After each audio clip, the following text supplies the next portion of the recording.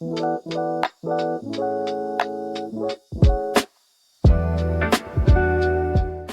right, guys, so I'm here with my good friend Theo. So it's the first of many interviews. So I came on the 7th of January, then a couple of days after I met him in the elevator, and I've just been tight since then. So yeah, so I'm just going to go through some of his experiences. He's been here for a while, so I feel like it'll be very good and beneficial for the viewers to learn from what he's been doing out here. And yeah, so why Thailand? Ooh, that's a great question there, Zaf. So why Thailand? It works for me from a lifestyle perspective and a career perspective. So in my current role, I do work with colleagues who are based in the US, and I manage clients and customers in the APAC region. I do float around a fair bit based on the nature of my role, but when I started, I was more based around Australia. And meeting with the East Coast folks is a bit tough because their 9 a.m. was my midnight or 1 a.m. kind of thing. So I moved out here and it was a little bit better. You know, I can meet them at 8 or 9 p.m. here. So there is a sacrifice you need to make in these kind of roles where you are meeting a bit later at night, but overall, it's fun. Thailand's an incredibly livable place. The food's great. There's rooftop bars, cafes, as we've seen a lot of people post about. And overall, it's a nice vibe. People are friendly. It's a travel hub. You can travel to Europe, America, parts of Asia really easily. Even just traveling around Thailand is heaps of fun. And on a more amusing note, because I also speak Thai, it gets a bit of a laugh when I do speak to locals and they give me this very sort of puzzled, you know, how does he speak Thai kind of thing. So yeah, bit of a So laugh. you've been here for 2.5 years, you said, yeah? Yeah, about 2.5 years, and prior to that, traveling around Southeast Asia and Australia for work. So the move was fairly easy on my side.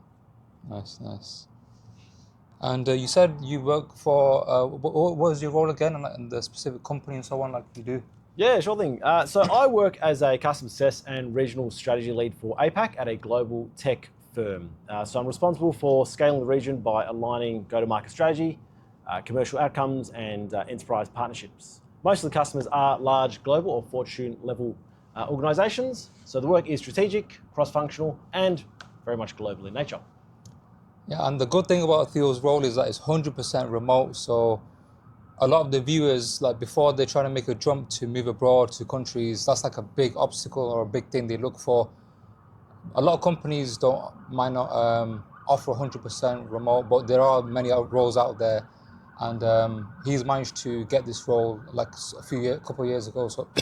So what tips would you give to somebody who's trying to look for like a 100% remote role that gives them that location freedom? Because a lot of other roles in the West and other countries, they're like a more office-based or hybrid, but some people have like limiting beliefs. Oh, it's so tough to get a 100% remote job, but you managed to do it. So what practical tips could you give to somebody who's watching this and saying, oh, I want to get a 100% remote job so I can just live in Thailand? And yeah.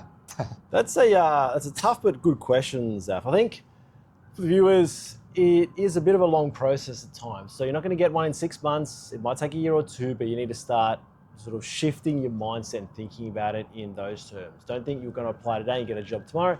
It's very much looking at the industry you're currently in and what's relevant in different parts of the world. So what's big in Thailand at the moment is marketing, e-commerce, things of that nature. So how do you pivot to that?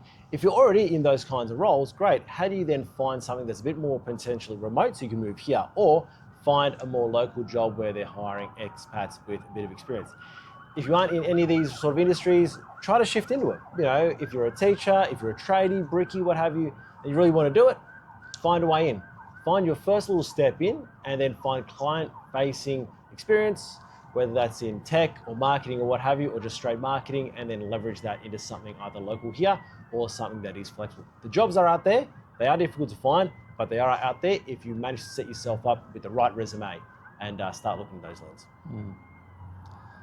Yeah, that was really good. So obviously it's not going to be a quick process. No. It takes time and you have to start today basically.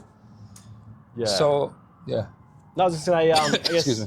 for myself, I started in event management, then financial services, fintech, and then SaaS. So over time, I've usually been client-facing roles, and you know, a bit of luck, a bit of grit, right time kind of thing. It all just worked out in the end.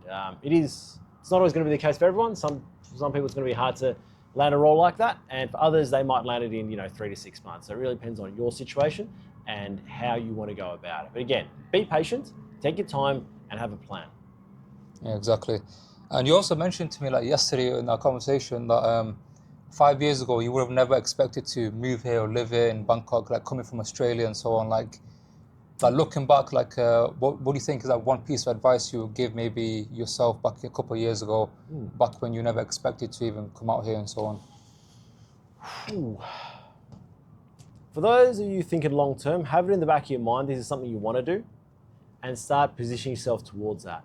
For those who want it sooner, then really you need to push yourself. You need to find yourself in the right industries, as I mentioned a bit earlier. So it's either you're pushing yourself towards this goal, so you're quite narrow focused, or you're a bit more broad focused and just in the back of your mind, how do I potentially, get us a convent out to Thailand, or do I, find a local job? How do I pivot myself? Again, it's about skill, it's about what you're after and what you want to do with yourself. Some people do make a bit of money from social media, marketing, great. Maybe that's a way you can do it. Maybe it's a side hustle you do in your home country, and then when you move out here, you have a bit of a base to start propelling yourself forward. Something that Zaf was talking about, some people out here do consultation. So they'll speak about aspects of life, setting up life, things along those lines. That's also another revenue stream and income as well. Some people do trading in Bitcoin. So the options aren't just getting a job. The options are, well, what works for you? Is it a job? Is it Bitcoin? Is it investing? Is it winning the lottery? It really comes down to yourself as an individual. So take a bit of a think about how would you go about it. Yeah, exactly. You've got many options, but obviously you have to start today, like you mentioned. So how much do you spend average monthly, like all bills included, like for everything? Would you say? All right, I'll probably have to list them out, and then we'll postscript add them all up. So for rent, it's probably about 30,000 baht, including utilities ish, give or take. The car is another 20,000 baht per month. I do eat out a lot, so that's 40 to 50,000 a month. And the rest is travel. So, you might put away 10, 15,000 a month for travel.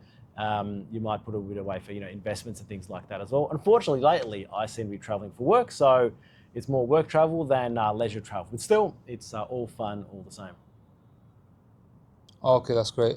So that works out, would you say roughly like 90,000 baht or something, or monthly Yeah, expenses? that probably sounds about right. Probably fluctuates a little bit. Again, probably a bit on the higher side because I do enjoy going out. So you can definitely survive on a lot less, but at the same time, depends on the lifestyle you're after. If you're spending more time at markets and things like that, you can definitely bring that down. If you spend most nights at a rooftop bar, you're definitely going to exceed that figure. Yeah. So like that amount of money you spend, like do you feel like you get a lot of value out of it, like compared to in Australia? Like you would have spent a lot more in Australia, right, to get what you're doing now? Ooh, that's a difficult comparison. So if I compare the cost per square meter of apartments in a downtown place between, say, Bangkok and Melbourne, it's actually not that different. Oh. If you're looking at a similar sized apartment, because the apartments are smaller here, it might seem cheaper, and that's kind of what gets you. So you are living in a smaller space, but it is a fair bit cheaper as well. If you're looking at it in terms of relative to income, then yeah, here can seem quite expensive because earning power in Australia is more, earning power here is less. But I guess you're paying for the lifestyle. Yes, I'm probably spending a similar amount or maybe a bit less, but it's the lifestyle. I'm going out more, I'm having more travels, I'm eating out more and things along that nature. So I'm probably not saving as much as I should, but then you live once. Yeah. And plus, you earn an Australian salary, right? Yeah, correct. Yeah. Exactly right. So the value is like quite high and so on. Yeah, exactly right. The tax unfortunately are high as well, but the values are pretty good. So it's not a local salary. Yeah. Okay, so let's say somebody's watched this video, like what should be like one key takeaway for them, like regardless of their situation, like and they're serious about moving out here, either doing their own side hustle online or getting a job or something, like what would you say, like one piece of advice that is like they can take away from this video? Might seem obvious, but don't book a ticket yet. Plan and analyze yourself. Have a real hard think of, all right, how are you going to do it? It's like anything, whether it's a sport, whether it's moving out here, whether it's your career, how are you going to get to the destination that you want? It's nice and easy to think, yep, I can just jump on a plane, but it is a lot more difficult than that. So, take the weekend, which is coming up in a bit, and have a think. How are you going to do it?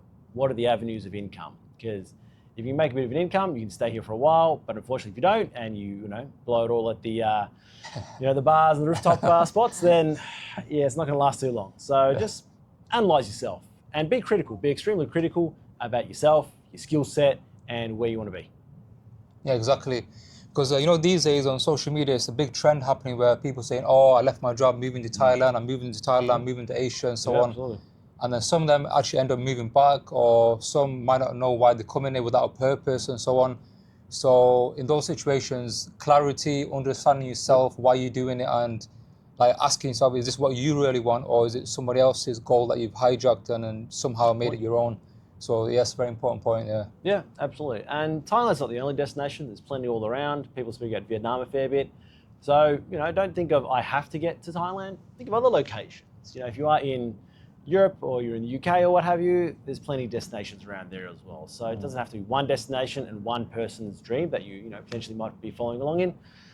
Think about what you're after and strive towards it. Okay, thanks for that. So this is the first of many interviews and like conversations. So stay tuned for more. Thanks for that, Theo. No worries. Thanks, Zaf. Thank you.